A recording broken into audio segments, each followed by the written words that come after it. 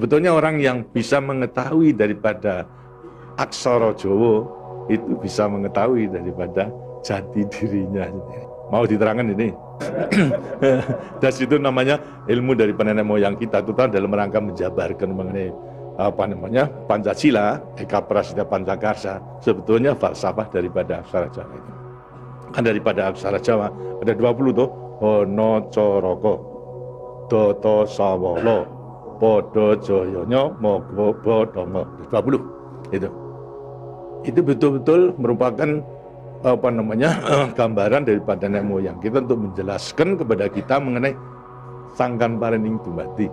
Dari mana kita akan kemana daripada kita itu. Nah, kemudian akan bisa mengetahui dirinya sendiri selama hidup di dunia. Disebutkan Hono Coroko. Ho itu daripada apa? Hono. Hono. Hono ada. No itu daripada apa? Dari wujud daripada hono. Mulai daripada gono legeno. Gono itu belum wujud, belum berbentuk.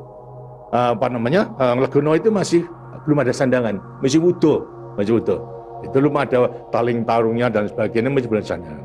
Terus hono.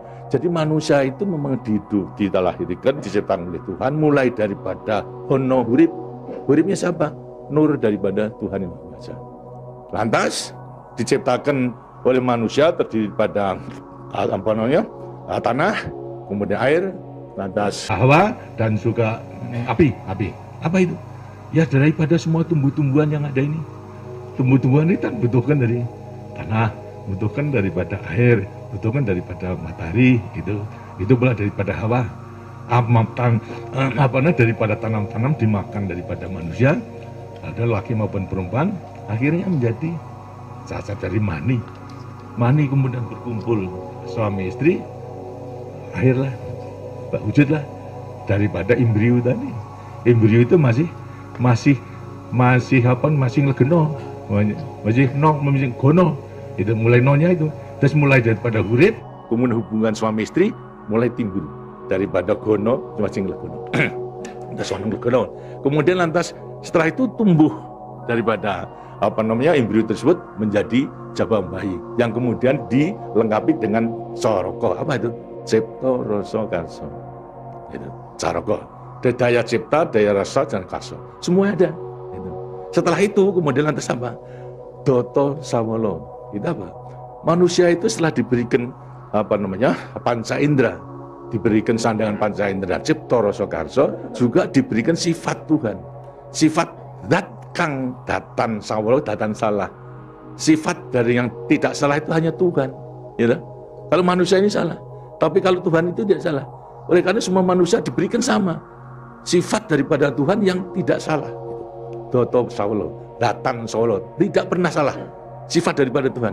Tapi sebagai manusia juga tidak diberikan itu. Diberikan sifat yang bertentangan dengan sifat baik itu, sifatnya Tuhan. Yang jelek.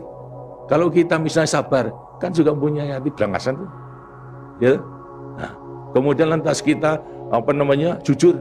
Tempat-tempat juga penipu, ya. Semuanya diberikan sifat itu, sifat yang bertentangan dengan zat kang datan sawolo. Tahu sama kekuatannya. Podo joyonya. Dua sifat bertentangan yang sama kekuatannya. Ada pada kita itu kalau kita mengenali. Tinggal sekarang manusianya sendiri. Manusianya sendiri setelah mengetahui diberikan dua sifat yang bertentangan yang sama kekuatannya, akan diapakan ini? Lantas sekarang Doto Sawolo, Podo Joyo, Mogo Bodong. Mo itu sukmo, go itu satu, Mogo bo badan. Jadi selama sukmo masih satu dengan badan, sukmo masih manunggal badan, manusia hidup. Selama itu masih ada, diuji dalam rangka dua sifat yang bertentangan tadi, yang Podo Joyo tadi. Tapi kalau kemudian lantas sukmo sudah pisah dengan badan, lantas apa? Badannya tinggal jadi apa? Badan. Nah, tinggal pertanyaannya, sukmonya mau kemana? Ya terserah kepada saudara-saudara semua. Mana-mana itu. Jadi semuanya tergantung pada dirinya. Semua diberi perlengkapan yang sama. Tuhan Maha Hadir, tapi tinggal kepada dirinya masing-masing dalam mengendalikan. Kalau mau yang diujar itu adalah memang yang bertentangan, yang jelek, bukan sifat Tuhan, ya tempatnya juga sudah ada. Di neraka, tidak bahagia di dunia di akhirat nanti. Tapi kalau yang dikendalikan atau yang dilayani itu adalah sifat daripada Tuhan, ya dikasihnya akan dekat kepada Tuhan. Karena Tuhan itu kan tidak mawujud, gitu. Tidak bentuk, tapi sifatnya ada. Jadi kalau kita mau kembali dekat kepada Tuhan, ya membawa sifat yang baik itu, sifat Tuhan kepada Tuhan itu sebenarnya gampangnya daripada rahasia hidup itu sebetulnya hanya itu saja. Tapi tidak tergantung pada saya, tergantung pada saudara-saudara sendiri dalam rangka pengeterapannya itu gitu. Makanya itu coba pelajari daripada semua ini, daripada untuk mengendalikan dua sifat yang bertentangan tadi itu dengan dirinya, agar supaya betul-betul bisa menempati diri. Kemudian di samping itu juga Tuhan itu memberikan suatu takdir kepada sifat kodrati daripada manusia. Apa sifat kodrati manusia? Manusia dilahirkan sebagai individu, ya toh? Kita masing-masing individu.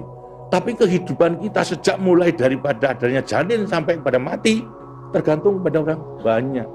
Jadi kemudian dalam hidup kita di dunia itu hanya memenangkan kepentingan pribadinya sendiri, lihat kan tidak adil, seharusnya memang menyadari bahwa sebagian besar daripada hidupnya tergantung kepada orang lain.